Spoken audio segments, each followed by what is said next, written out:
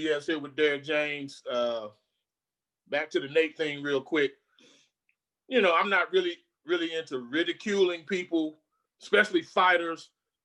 In this case, once I knew Nate was cool and he wasn't badly hurt, right?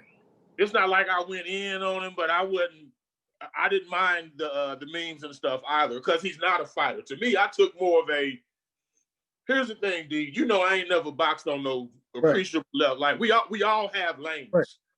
Right. And with that, sometimes we need to stay in our lanes. Right. So that's kind of how I took it. Well, that's what I was saying. I think that he should have stayed, you know. I think it's a level of respect. I mean, like I said, I would never line up with Ocho on the line. I mean, or like, or any MMA. I'm not challenging the MMA fighter for what? In MMA? For what? Right. Look, you gotta be respectful. I think it's a level of disrespect or entertainment, right? Because I mean, he figured that the guy wasn't a real boxer, so I can get in the ring with him, you know. But I actually picked Nate. I'm thinking Nate, former pro athlete. This guy's a YouTuber. I thought Nate would win. Like I was stunned, honestly. Listen, the level of, I think that the athleticism, I think that, see, if you think about this too, I think the difference between boxers are conditioned to take punches. I don't know how that is or what it is. Like shots that other people get hit. You see why when MMA got a lot of MMA fighters get hit, they go down and they go out. A lot of time boxers get hit with that like real gone.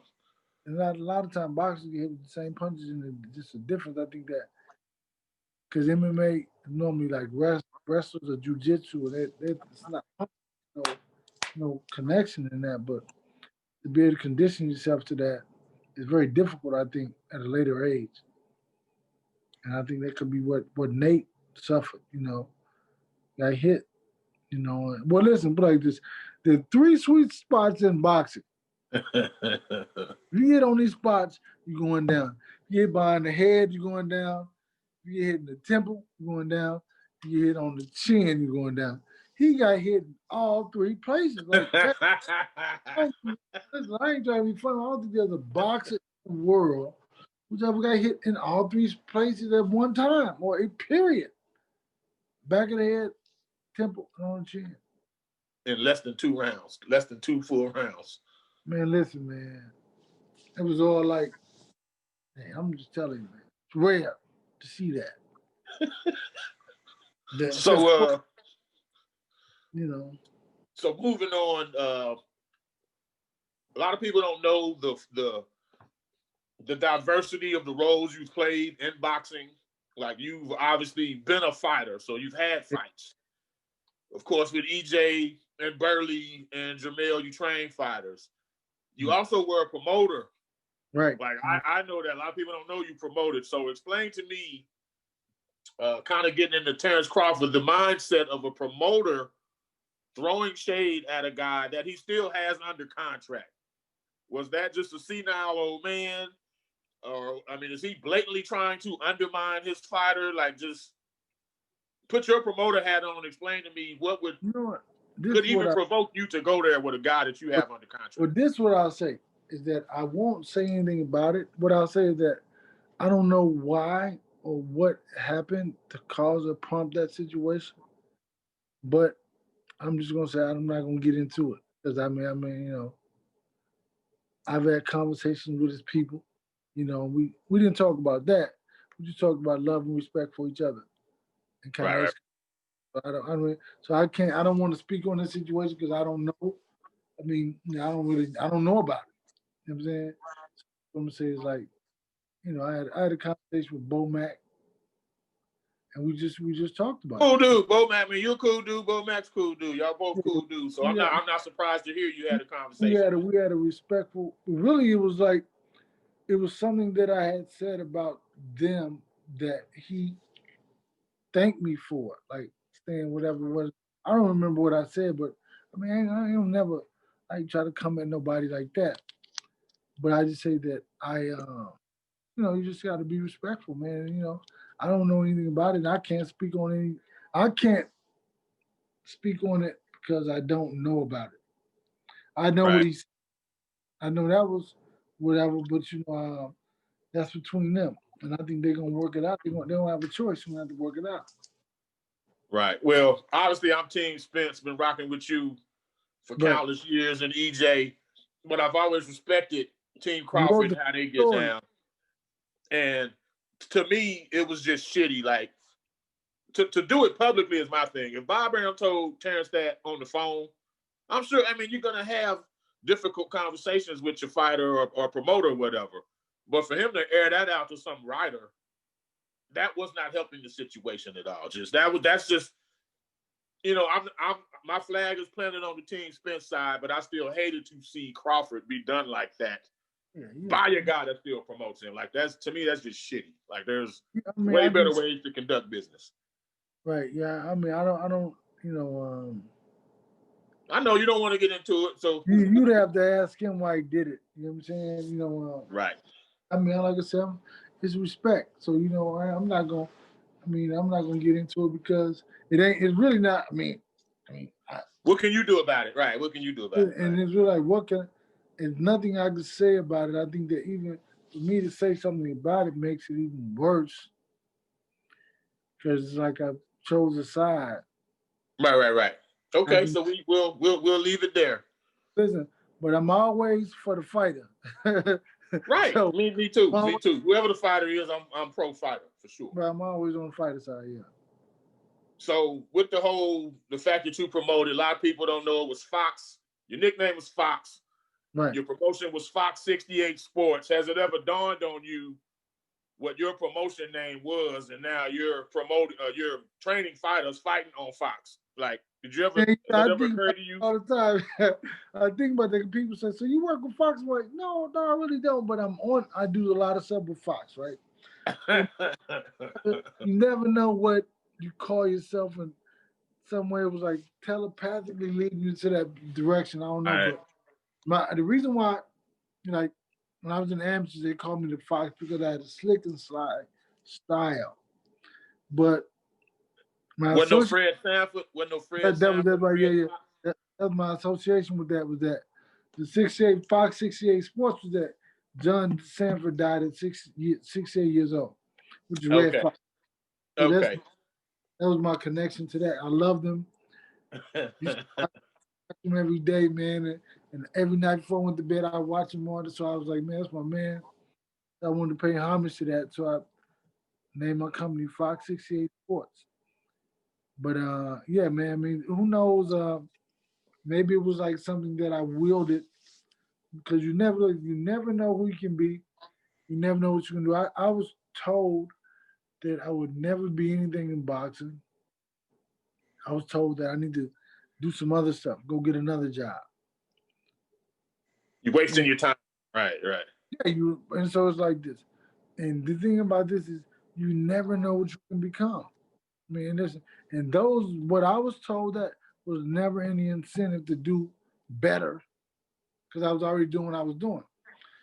And it's not even like fuel for my fire because you just remember it, and you just know if you listen to somebody and let somebody tell you what you can't do, you will be exactly what they say you can't be. But if you don't listen, you persevere, you push on, you can be whatever you want to be. So I mean, like when people talk about me, because a lot of people talk about me, we talk about the local thing, right? And the reason why I started trademarking stuff and like because you had these profound thoughts and you started trademarking stuff. So I was like, why do people not like me so much like here locally? I hadn't done anything to anybody. I don't bother anybody. I say to myself. And then I said to myself, I said, nothing nobody can say can affect me because I'm living my three dreams. So I trademarked three dreams. And the first thing says it all for me is that I'm living my ancestors' unimaginable dream. Wow, that's dope.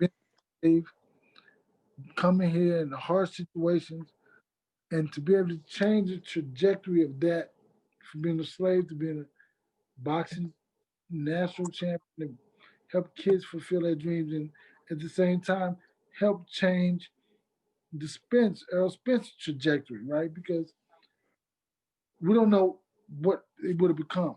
But to be a part of that. And then they have Jermell Charlo change his situation.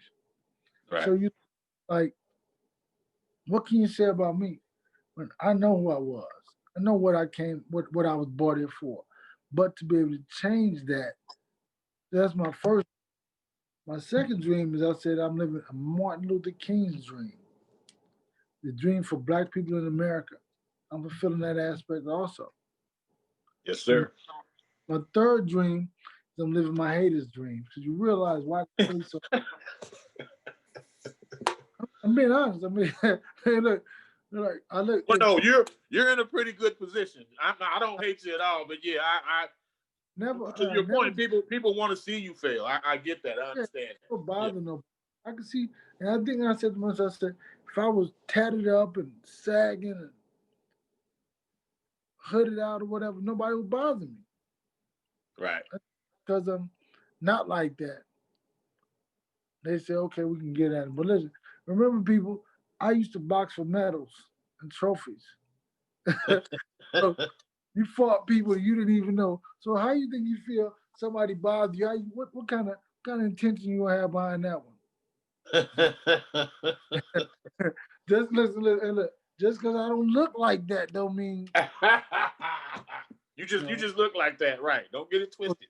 But what happens is what keeps me in my whole situation is I realize where we are, the stage, like what we're doing. I said that to Bomac. I said, listen, you have four Black guys, and it's on the stage. Yeah, we are creating the memories for people to come to the past. What I mean by this is what they see now, they'll be talking to their grandkids, and I saw Errol Smith, I saw Derrick, and I saw. So that's what they're.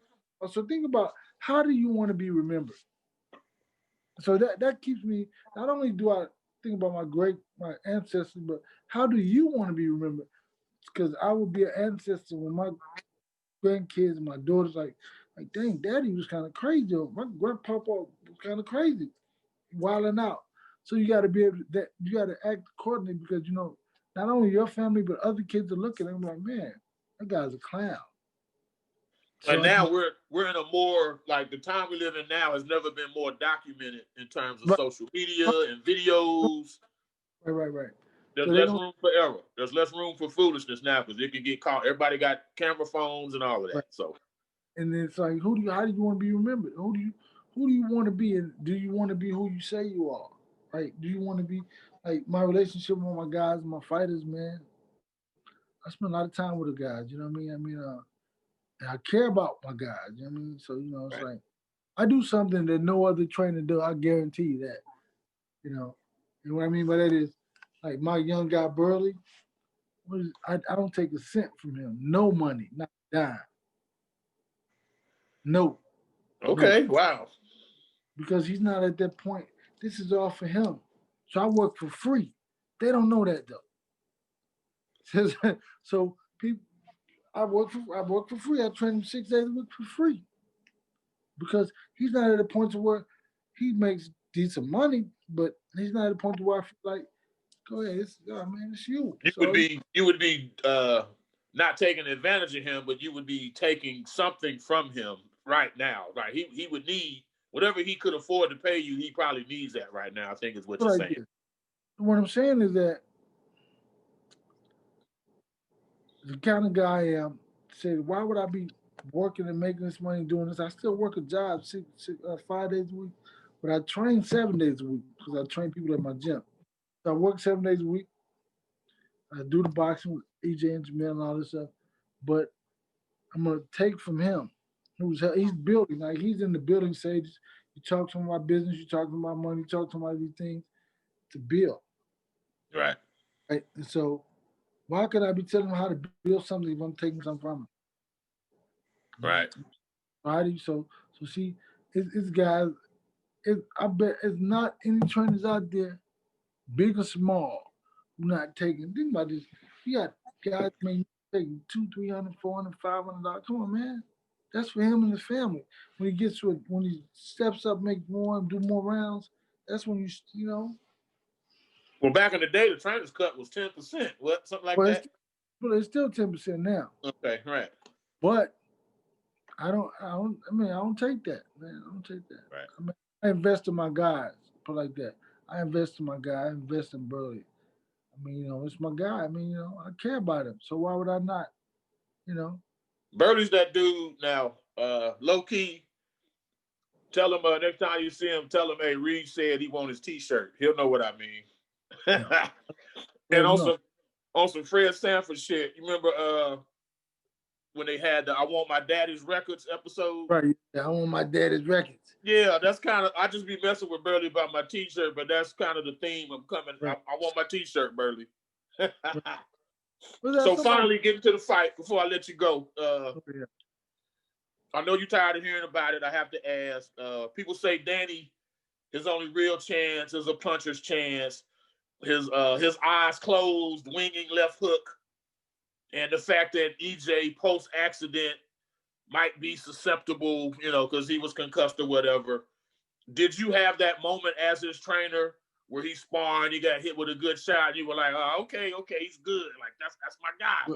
But what's funny is he's sparring like he's like you've seen him, but in the gym. But he's sparring Burley, and Burley's like, I'm training Burley.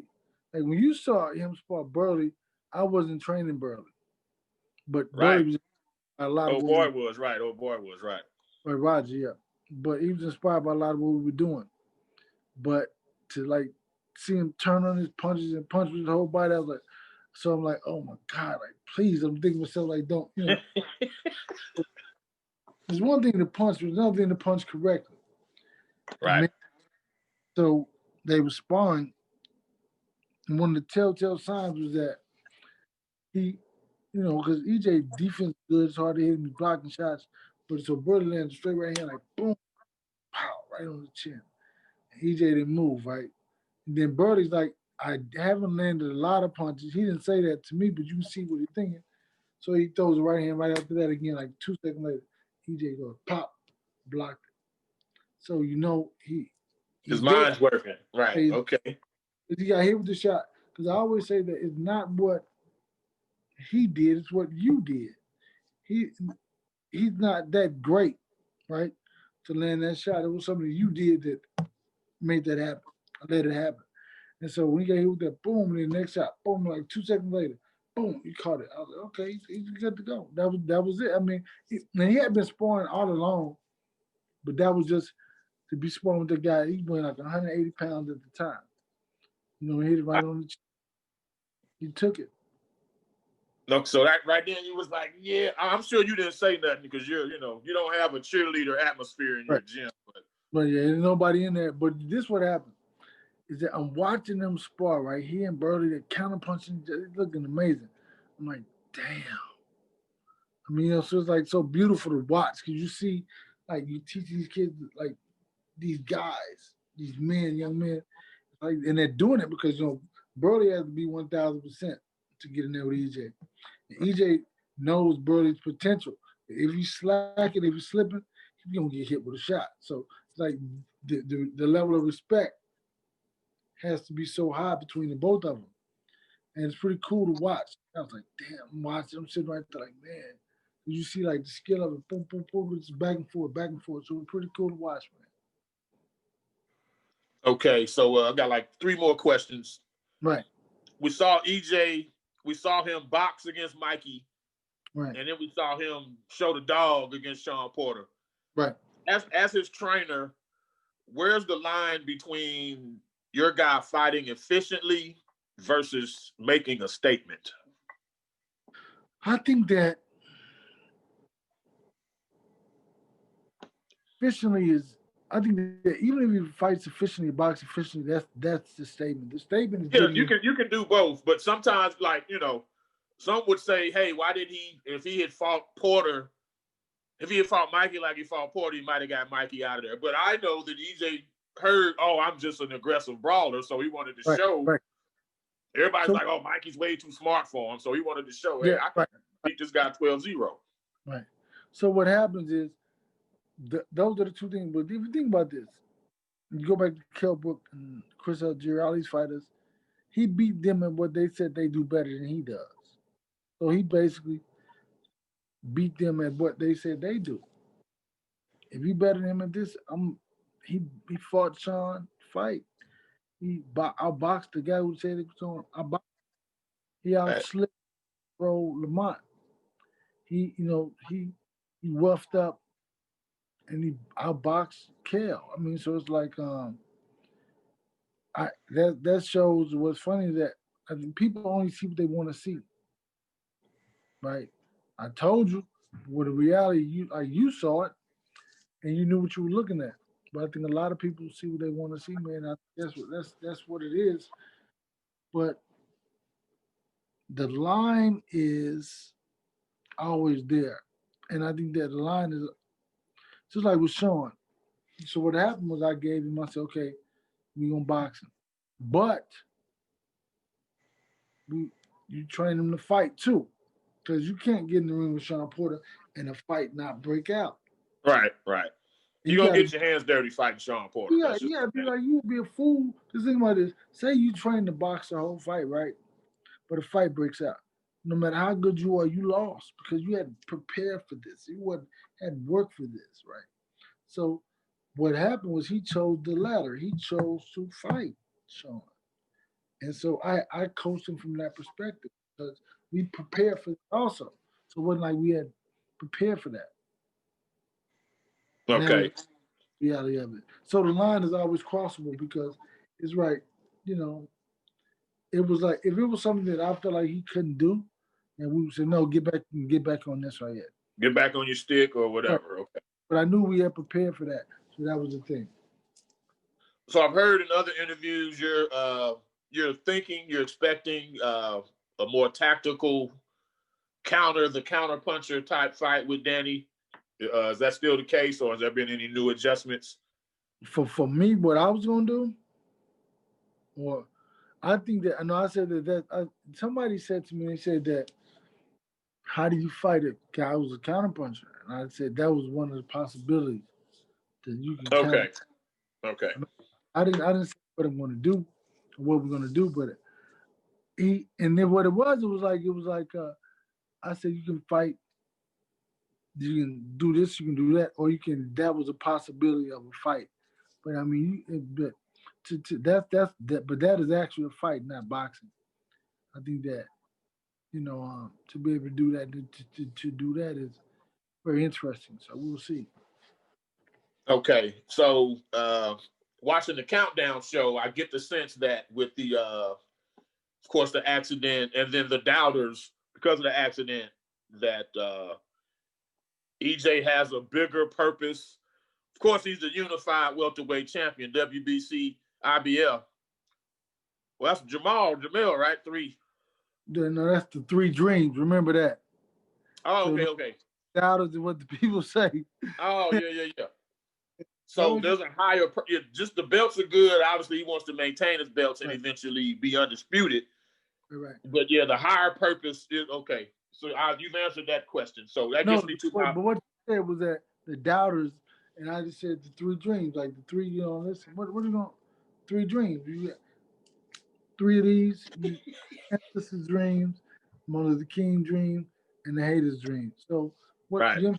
So, but the first one is the more important one because most people are not living. If you think about this, to sum all that up, is to say all the sacrifice, all the pain, all the torture, all the sorrow that your ancestors went.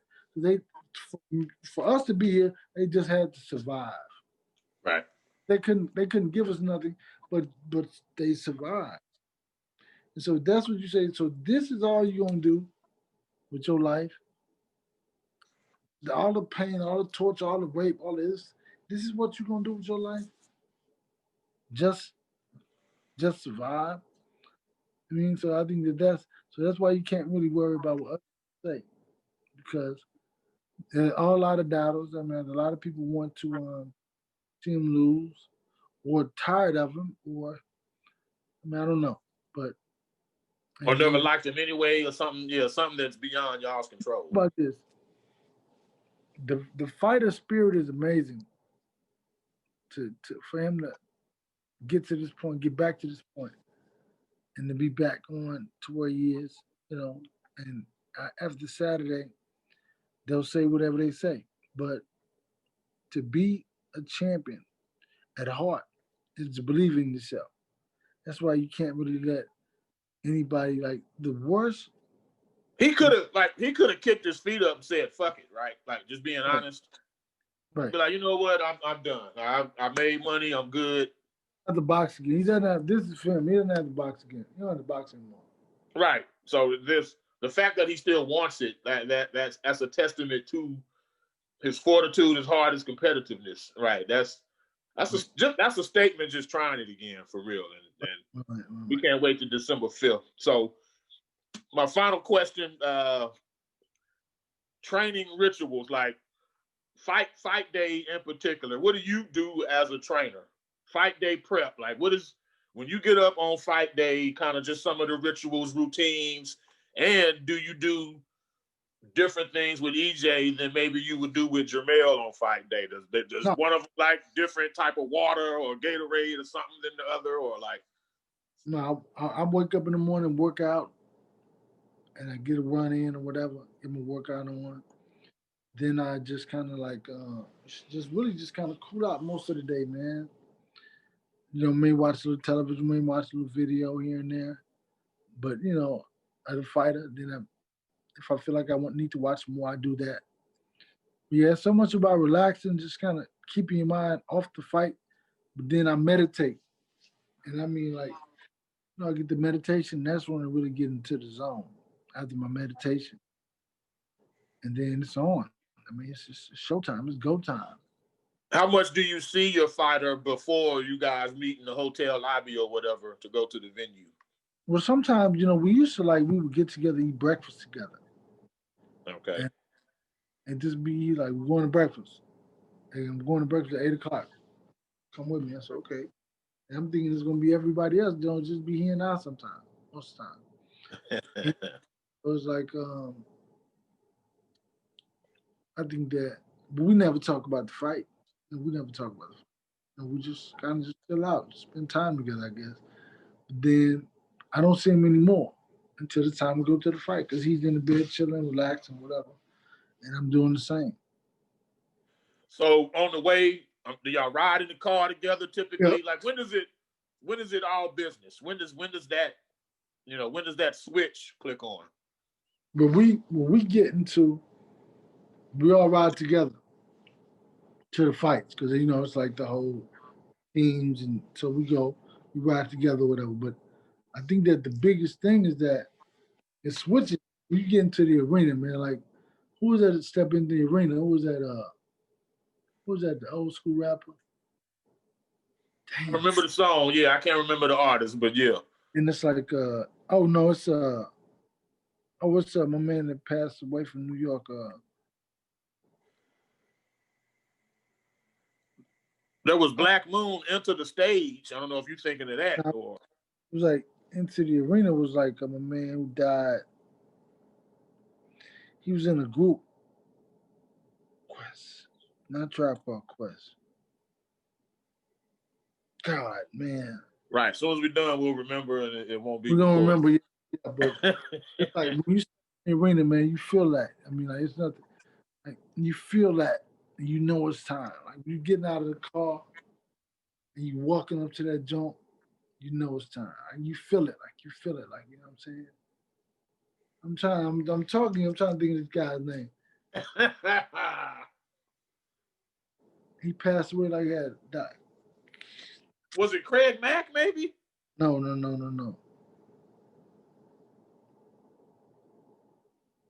Man, he was like he's one of the very positive rappers, like step in the arena.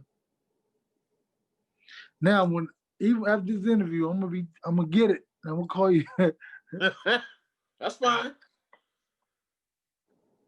Here's the thing: when I edit it, I can just add it. He wanted to say this. I'll just add that. Like I'll just add it graphically. But when you step in the arena, man, I think that's it. That's when it's like you feel it. You feel it, right? In the stadium, you feel it. Even what's funny about it is like Jermell fight was like Jermell fight was no fans, right? But right, you could right. feel it. Well, no, even with, because it was like a whole nother level of nothingness. Because you think about like it's like nobody, no audience. You can have Was that everything. weird for you as a trainer? Was that weird? The lack of people and the lack of sound, or did it not affect you? No, it didn't bother you because you listen, man. You trying to guide your guy to the right way. And it's like, no, you worried about that. You never.